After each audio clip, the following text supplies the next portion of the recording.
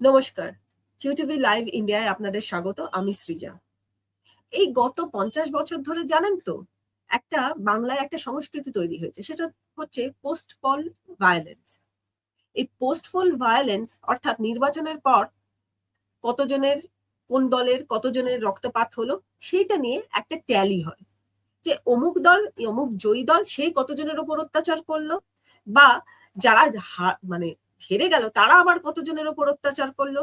কিন্তু এই 2026-এ আমরা একটা অন্যরকম নির্বাচন দেখেছি, যেখানে রক্তপাতহীন বলতে গেলে একটা ভোট হলো, এবং এই জয়ের পর বিজেপি নিজে দাঁড়িয়ে থেকে কড়া পদক্ষেপ নিয়ে দেখিয়ে দিল যে রক্তপাতহীন একটা জয়কে কিভাবে সেলিব্রেট করা যায়।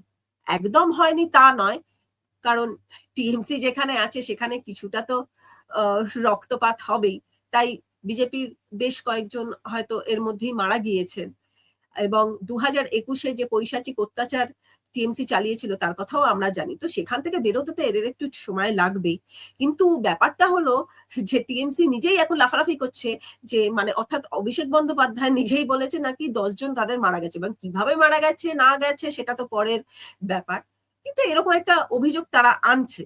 কিন্তু আসল ঘটনা কি, যারা এত লাফালাফি করছে তারা যখন জয়ী হয়ে এসেছিল তখন তারা তাদের কি রূপ দেখিয়েছিল সেইটা কিন্তু আজকের এই এপিসোডে কিউটিভি লাইভ ইন্ডিয়ায় আমরা তুলে ধরতে চাই। কারণ কিছুদিন আগেই আমাদের কাছে একটি ফোন এসেছিল বর্ধমানের খণ্ডঘোষ থেকে। আপনি আমায় ফোন করেছিলেন, এবং ফোন করে বেশ কিছু ঘটনা আপনি আমাকে বলেছিলেন যা আপনাদের সঙ্গে হয়েছিল। আপনার বাবা, যিনি এখন প্রায় 80-র উপরে ওনার বয়স, এবং স্বাভাবিকভাবে 2011-তেও ওনার কত বয়স মোটামুটি আমরা আন্দাজ করতে পারছি ছিল, তার উপরও কিন্তু যথেষ্ট অত্যাচার হয়েছিল। এখন 86 বছর বয়স।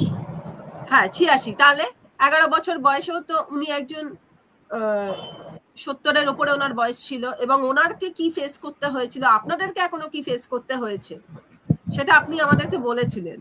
তো আমি চাইবো এটা দর্শকের সামনে আপনি একবার বলুন, কারণ এই 2026-এর ভোটের পর তৃণমূল মোটামুটি লাফালাফি করছে যে তাদের ওপর জয়ের পরই তাদের ওপর ভীষণ একটা অত্যাচার চলেছিল, ভীষণ একটা মানে অত্যাচার হয়েছে ভীষণ তাদের, কিন্তু তারা এসে কি করেছিল সেইটা একবার আপনি একটু স্পষ্ট করে একটু বলুন আমাদের দর্শকদের জন্য। ধন্যবাদ। অ্যাকচুয়ালি যখন তৃণমূল দলটি মানে রাজ্যে যখন 11 যখন জয়লাভ করে, তখন আমাদের প্রথম একটা ওষুধের দোকান আছে, নাম হচ্ছে কুন্ডু মেডিকেল। সেই কুন্ডু মেডিকেলে বিশাল ওদের বাহিনী, মুসলিম হিন্দু সব মিলে, এবং নেতৃত্বে ছিলেন কচিদা অর্থাৎ সনদ দে। তার নেতৃত্বে এসে বাবাকে, সনদ দে হচ্ছে তৃণমূলের একজন সম্ভবত, হ্যাঁ, পরে হচ্ছে উপপ্রধান, শেয়ারা পঞ্চায়েতের উপপ্রধান পরবর্তী ক্ষেত্রে। তা এখন আর নেই, এখন কেউ এলাকার মধ্যেই নেই। তা এসে বাবাকে যত পর্যন্ত চড় থাপ্পড় পর্যন্ত মেরেছেন। বাবা আমরা অদ্ভুত ব্যাপার, চড় থাপ্পড় পর্যন্ত মেরেছেন।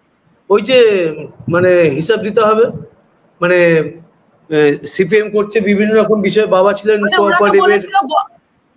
ওরা তো বলেছিল বদলা নয় বদল চাই, এসেই বদলা নিতে শুরু করেছে।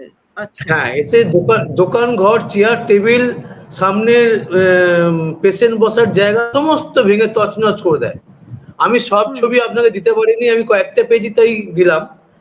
আর তারই ঠিক কিছুদিন পর ভিতরে একটা আমার মিসেসের একটা বিউটি পার্লার আছে, খুব চালু বিউটি পার্লার। তা রাস্তাটা ঘিরে দেওয়ার পর টোটালটাই বন্ধ হয়ে গেল একদম। আমাদের মানে বাড়ির থেকে যৎপরস্তি আমরা একদম মানে কার্যত গৃহবন্দী। বাড়ির সাইকেল পর্যন্ত আমরা বের করতে পারিনি, এমন অবস্থা। মোটরসাইকেল বা যা কিছু আছে সব বাড়িতে পড়ে আছে, ওপরে জং ধরে গেছে, এমন অবস্থা। শুধু আমরা বহু জায়গায় দরবার করেছি বাবাকে নিয়ে। খণ্ডঘোষ থানার যে সেই তদানীন্তন কালে যে ওসি ছিলেন মিস্টার সুদীপ দাস, উনি তো মানে খিস্তি সহকারে, মানে নোংরা নোংরা কথা বাবাকে। আচ্ছা বাবা বলছেন যে এখানে বিচার পাওয়া যাবে না, চল চলে যা। দিয়ে বাবা আমরা চলে এলাম, দরখাস্ত নিল না। আমরা কিন্তু একটা দরখাস্ত রেখে দিয়ে একটা জেরক্স নিয়ে এসেছিলাম, কোনো রিসিভ করে দেয়নি মোট কথা। আচ্ছা, সেদিন তাণ্ডব চালিয়েছিল আপনাদের হচ্ছে ওই ওষুধের দোকানে। আমি ওষুধের দোকানের ফটোগুলো আপনি পাঠিয়েছিলেন, সেইগুলো একটু হ্যাঁ দেখে নেব, দর্শকদের দেখাবো। এই অবস্থা হয়েছিল, এই হচ্ছে অবস্থা করা হয়েছিল সেই দোকানের। চেয়ার, টেবিল, ফ্রিজ, পেশেন্ট বসার জায়গা, ডাক্তার টেবিল সমস্ত ভেঙে তছনছ করে দিয়েছে। সেখানে বিজেপি আসবার পর 2026-এ বিজেপি যখন এলো, দাঁড়িয়ে থেকে কিন্তু সিপিএম এর বহু বন্ধ হওয়া, এতদিন ধরে বন্ধ হওয়া কার্যালয় কিন্তু খুলিয়েছে। এবং তৃণমূলও যতদূর আমরা দেখেছি, তৃণমূলেরও কিন্তু কারুর গায়ে একটা হাত দিতে দেয়নি। যেখানে তারা এখনো অভিযোগ করছে 10 জনকে নাকি মারা হয়েছে, কিন্তু 2011 তাণ্ডবটা একবার আমরা দর্শকদেরকে দেখাচ্ছি। এই হচ্ছে তাণ্ডব চালিয়েছিল। আচ্ছা, হ্যাঁ, তারপর প্রণব বাবু বলুন। তারপরে আবার কিছুদিন পর আবার আমাদের বাড়ির সেই সময়কার মানে 49 বছরের রাস্তা, আর বাড়ির দলিল বলে প্রায় 58-60 বছর, এখন বর্তমানে 70 বছরের ওপর বাড়ি।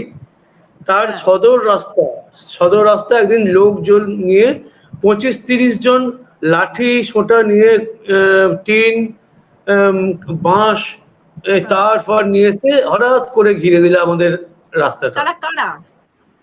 তারা হচ্ছে কাঁটাপুকুরে, মানে আমাদের পাশে কাঁটাপুকুর বলে গ্রাম আছে, সে গ্রামের মিলন চৌধুরী, বাবার নাম সম্ভবত রাজা চৌধুরী, আর বাদুলিয়া মোড়ের নেতৃত্বে ছিলেন অপার্থিব ইসলাম ওরফে ফাগুন। তো এগুলো আপনার বাড়িটা এক্সাক্ট হচ্ছে বর্ধমানের খণ্ডঘোষের? হ্যাঁ, বর্ধমান থেকে জাস্ট 12.5 কিলোমিটার বা 13 কিলোমিটার দূরে আমার বাড়ি। আচ্ছা, মানে শেয়ারা বাজার, না খণ্ডঘোষ না, শেয়ারা বাজার। আচ্ছা, হ্যাঁ, তো বর্ধমান আরামবাগ রোডের একদম রাস্তার উপরে পড়বে একদম। আচ্ছা, তো এই অবস্থায় আমরা খণ্ডঘোষ কনস্টিটিউয়েন্সি, তাই তো? কনস্টিটিউয়েন্সিটা খণ্ডঘোষ। হ্যাঁ, একদম খণ্ডঘোষ থানা বলতে পারেন, খণ্ডঘোষ কনস্টিটিউয়েন্সি। আর বর্ধমান আরামবাগ রোডের উপর শেয়ারা বাজার একটা মফস্বল শহর একটা। আচ্ছা, বেশ। তারপরে তো এরকম আমরা বাবাকে নিয়ে বিভিন্ন জায়গায় দরবার করি। ধরুন মানবাধিকার সংরক্ষণ গেছি, এসপি অফিস গেছি, ডিএম অফিস গেছি, যে কোনো জায়গায় বাকি নেই, বিডিও অফিস গেছি, কোনো জায়গায় বাকি নেই।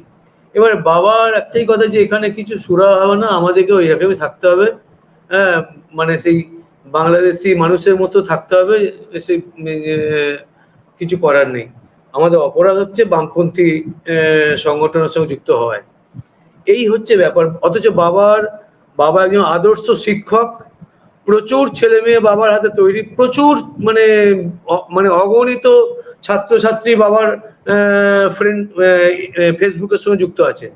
এবং এই হচ্ছে আপনার বাড়ির কোন অংশটা? এই হচ্ছে আপনার বাড়ির অংশটা ঢেকে দিয়েছে, তাই তো? হ্যাঁ হ্যাঁ হ্যাঁ হ্যাঁ, ওর বাঁদিকটাই হচ্ছে মানে টোটালটাই আমাদের রাস্তা, একদম front 4 foot by 103 foot straight রাস্তা, একদম পিচ রাস্তা থেকে। হ্যাঁ, তো টোটাল রাস্তায় আজকে আমরা গৃহবন্দী। এইখান থেকে সোজা হচ্ছে এটাই আপনাদের মেইন গেট ছিল, যা ঢেকে দিয়েছে। এই যে ডান দিকে একটা ইলেকট্রিক পিলার আছে, দেখতে পাচ্ছেন? হ্যাঁ হ্যাঁ, এই নীল টিনের ইলেকট্রিক পিলার থেকে স্ট্রেট হচ্ছে 103 ফুট হচ্ছে আমাদের বাড়ি পর্যন্ত রাস্তা আছে। সেটাকে একদিন জেসিবি নিয়ে এসে, মানে বড় জেসিবি নিয়ে এসে, বুলডোজার নিয়ে এসে পুরো রাস্তাটাকে খাল করে দিল একদম। মানে কারোর নির্দেশ নেওয়া নেই, আপনাদের পারমিশন নেওয়া নেই, নিজেদের জমি ভেবে করে দিল একদম। কোনো কাউকে কিছু না বলে ওই অপার্থিব ইসলাম বা আমরা প্রচুর বাধা দিয়েছি, কিন্তু হ্যাঁ বাধা দিলে বাধা শোনেনি। এবার মারধর করবে, ভদ্র ঘরের ছেলে কে ওসব করতে যাবে, যার ফলে আমরা মাথা পেতে মেনে নিলাম একদম। আর এই হচ্ছে আপনারা সেই এখনো পর্যন্ত এই প্যাসেজ দিয়েই আপনারা যাতায়াত করছেন, যেখানে যাতায়াত করছি। যেখানে দুজন কেন, একজনও যে কিভাবে যাবে তার নেই ঠিক। না, একজন যেতে পারবে না, আমার মা বেরোতে পারে না, আমার মা আমার শরীরটা, বডিটা এরকম বেঁকিয়ে ঢুকতে হয় প্রতিটি মানুষকে, বাজার নিয়ে একটা আপনার বাবা বলুন। আপনার বাবা একজন ক্যান্সার পেশেন্ট, তাকে এই গলি Yes. দিয়ে যাতায়াত করতে হয়। হ্যাঁ হ্যাঁ, আমার মা হচ্ছে হার্টের পেশেন্ট, বুকে স্টেন বসানো আছে, উনি তো ঘর থেকে বেরোতে পারেন না, আর মানে আগে মর্নিং ওয়াক করতেন আমাদের রাস্তায়, এখন করতে পারেন না, যার ফলে বাড়িতেই পুরো একদম বন্দি দশা। আর বাবা ক্যান্সার পেশেন্ট, এই তো রিসেন্ট ফিরলেন 3-4 দিন আগে টাটা মেমোরিয়াল হসপিটাল বোম্বাই থেকে, ট্রিটমেন্টের আছে, আবার সামনে ডেটা যেতে হবে। এই হচ্ছে নমুনা, এই হচ্ছে যারা এতক্ষণ কাঁদুনে গাইছিল, আমাদেরকে ভীষণ ভাবে অত্যাচার করা হয়েছিল, এই হচ্ছে তার একটি নমুনা, এই হচ্ছে নমুনা। দর্শকদেরকে আমি একবার দেখবার জন্য বলবো, এই হচ্ছে তাদের নমুনা, যারা ভীষণ লাফালাফি করে, যে একজন ক্যান্সার পেশেন্ট, একজন হার্ট পেশেন্ট, সেরকম বৃদ্ধদেরকেও ওনারা তারা ছেড়ে দেয়নি। এই হচ্ছে নমুনা, কারণ নির্দেশ নেওয়া নেই, যেটা করে এসেছে এতদিন আর কি, এবং বুলডোজার চালানো হচ্ছে বলে যাদের গায়ে বড় জ্বালা লাগছে, তারা হচ্ছে জেসিবি এনে লোকের পারমিশন ছাড়া তাদের মেন দরজা বন্ধ করে, এই হচ্ছে নমুনা তাদের মুখে এত বড় বড় কথা। আমি প্রণব বাবু আপনার বাবাকে একবার একটু আনতে চাইবো এখানে, বংশীবদন কুন্ডু। বাবাকে ফোন করুন। হ্যাঁ, আমি এখানে একবার ওনার চেষ্টা করছি ওনার সাথে কানেক্ট করার। হ্যাঁ, আমাদের এখানে আর কি লোডশেডিং হয়ে গেছে।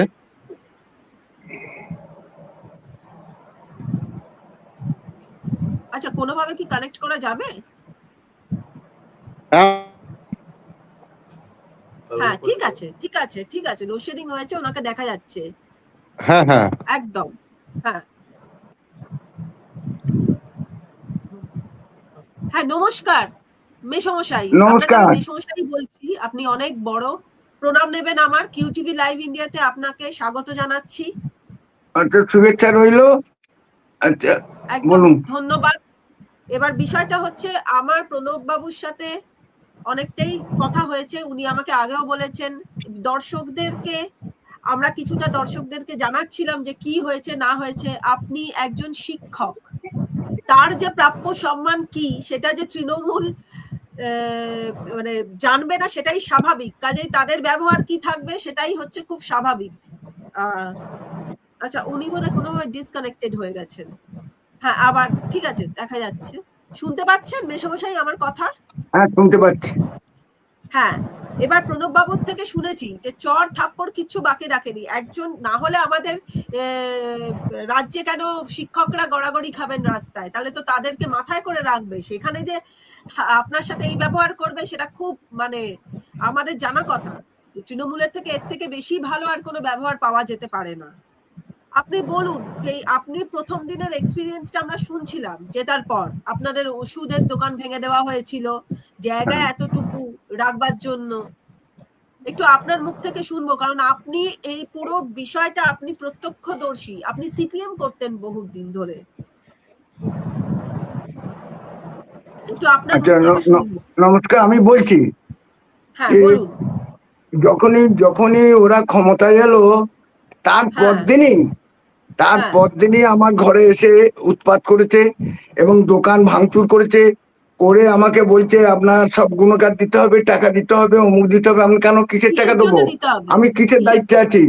না, আপনি বর্ধমান সেন্ট্রাল কোঅপারেটিভ ব্যাংকে ছিলেন, ডাইরেক্টর ছিলেন, আপনার আমলে অমুক সোসাইটি নষ্ট হয়ে গেছে, অমুক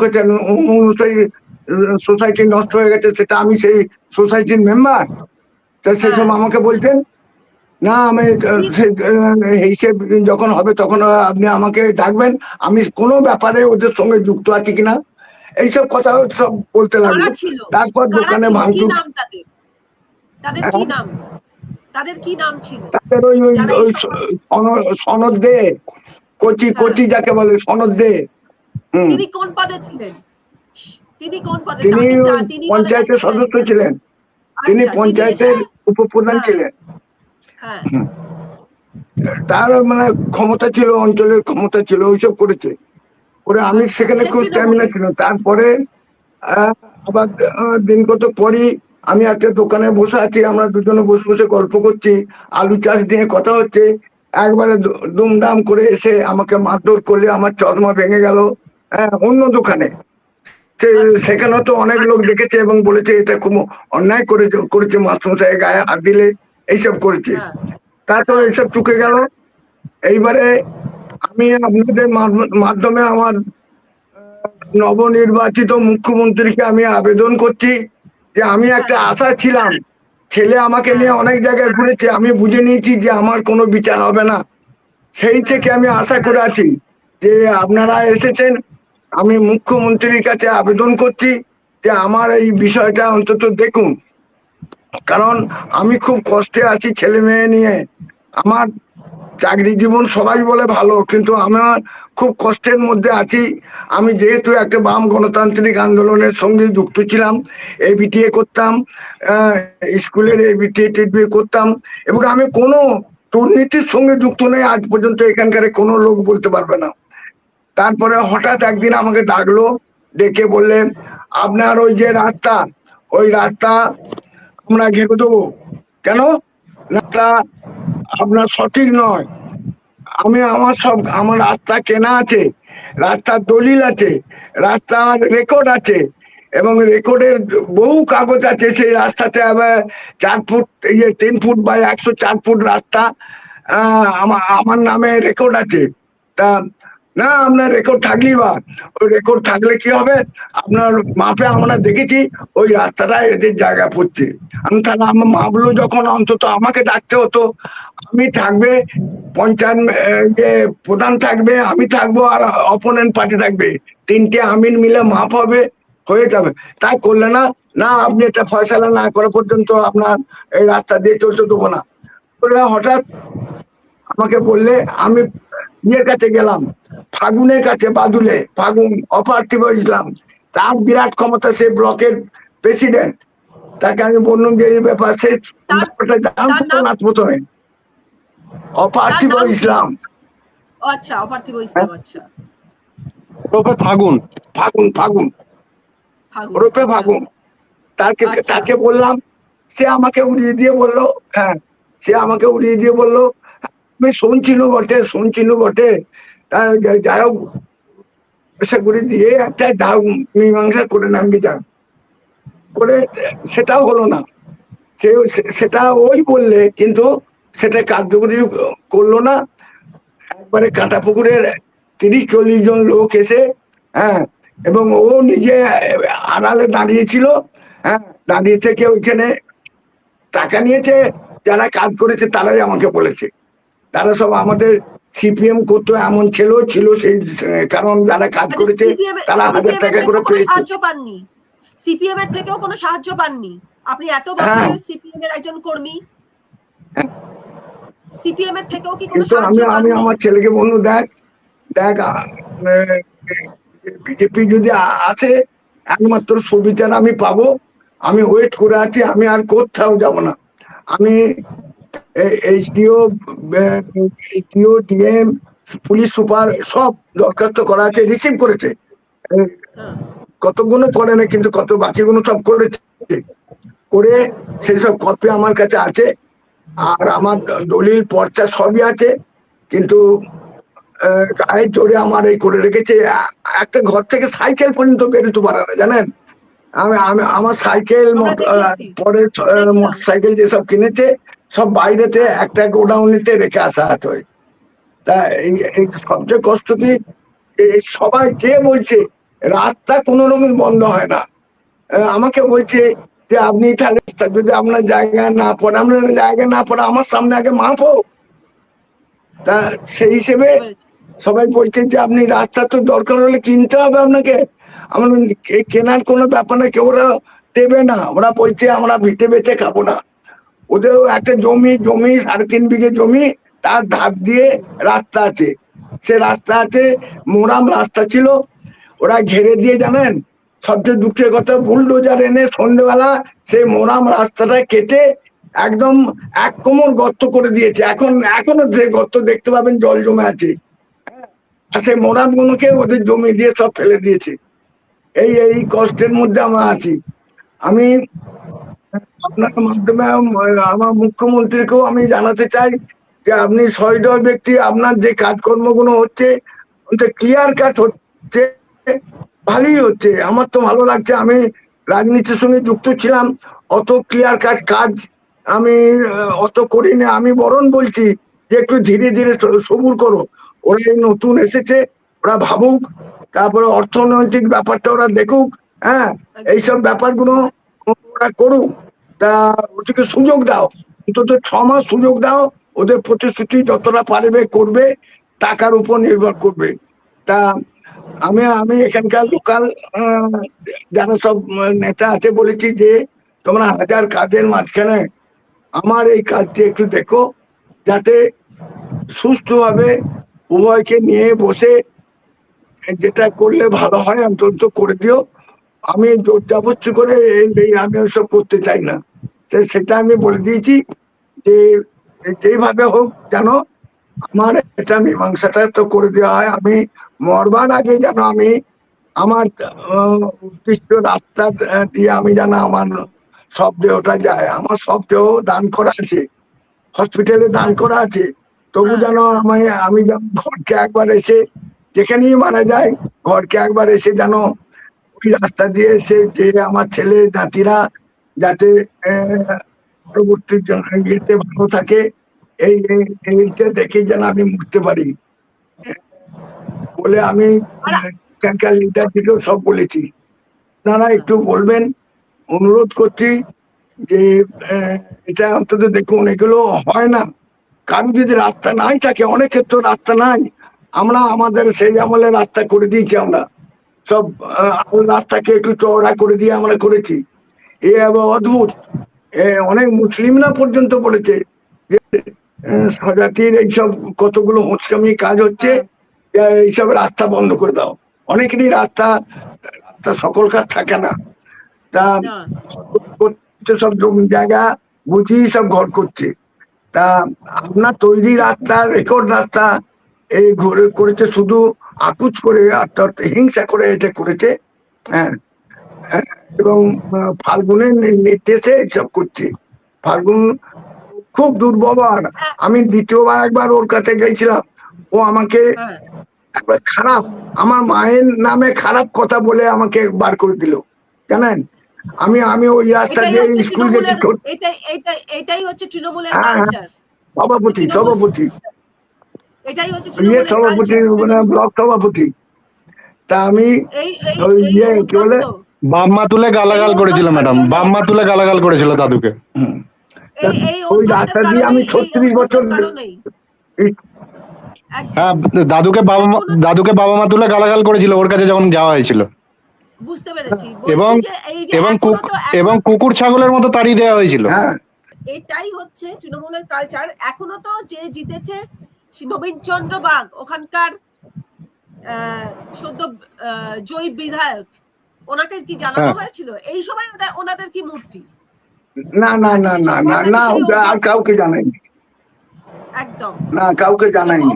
ওখানকার আমি প্রণব বাবুকে জিজ্ঞেস করব যে প্রণব বাবু, আপনারা কি ওখানকার বিজেপি যারা করেন তাদেরকে জানিয়েছিলেন এই এখনকার বিষয়টা?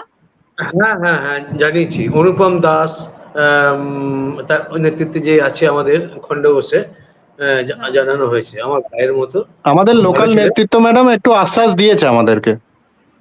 আচ্ছা আচ্ছা, ঠিক আছে। অবশ্যই এখানে তো যেভাবে কাজ এগোচ্ছে সেভাবে অবশ্যই আমরাও আশা রাখছি মুখ্যমন্ত্রী শুভেন্দু অধিকারী নিশ্চয়ই এই বিষয়গুলো মাথায় রাখবেন এবং তার নেতৃত্বে যারা আছেন তারা অবশ্যই এই বিষয়গুলো দেখবেন। কারণ এক এক করে তো হচ্ছে, কারণ এই পোস্ট পল ভায়োলেন্স এবং এই যে হিংসার যে রাজনীতি, সেটাই তো চাওয়া হচ্ছে যে এই প্রশাসনের ক্ষেত্রে যাতে সেটা না হয়, একটা নতুন সুষ্ঠু অ্যাডমিনিস্ট্রেশন আমরা সবাই দেখতে চাইছি। অবশ্যই সেটা নিশ্চয়ই মুখ্যমন্ত্রী খোঁজ রাখছেন কোথায় কি হচ্ছেন, উনি খুব ভালো, একদম একদম সবার মুখেই যা শোনা যাচ্ছে খুব ভালো কাজ করছেন, আপনারাও বলছেন, সবাই বলছেন, সেটা আশা করি একদম একদম পরবর্তীকালে একসাথে আস্তে আস্তে সব জিনিস, কারণ সবারই তো একটা হ্যাঁ, সময় এই লাগে ধারাটা যেন এই যে বজায় সত্যি- থাকে। একদম একদম একদম ঠিক আছে। হ্যাঁ, উনি উনি উনি সবাইকে যেমন ন্যায় বিচার পাইয়ে দিচ্ছেন, আমরাও একটা আশাবাদী হয়ে আছি আমাদের শ্রদ্ধেয় মুখ্যমন্ত্রীর কাছে, যে আমাদেরকে উনি সুবিচার পাইয়ে দেবেন।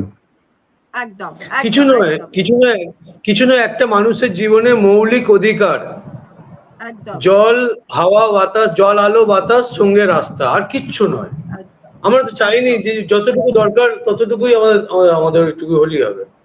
এবং আপনারা যে সাহসিকতার সঙ্গে অনেক না বলা কথা আমি জানি, এত বছর ধরে চেপে রেখেছেন বহু মানুষ, বলতে পারেননি ভয়ের জন্য, অশান্তির জন্য, যেটা আপনিও বললেন, যেটা প্রণব বাবু বললেন, যে কে ভদ্রলোকের ছেলে কে গিয়ে গালাগালি খাবে, কে গিয়ে করবে, এবং এই অনেক ব্যথা, অনেক যন্ত্রণা লুকোনো ছিল, সেটা যে আমাদের মাধ্যমে আপনি বলবার সাহসিকতা দেখিয়েছেন এখনো, সেটার জন্য আপনাকে অনেক অনেক কুর্নিশ জানানো হচ্ছে।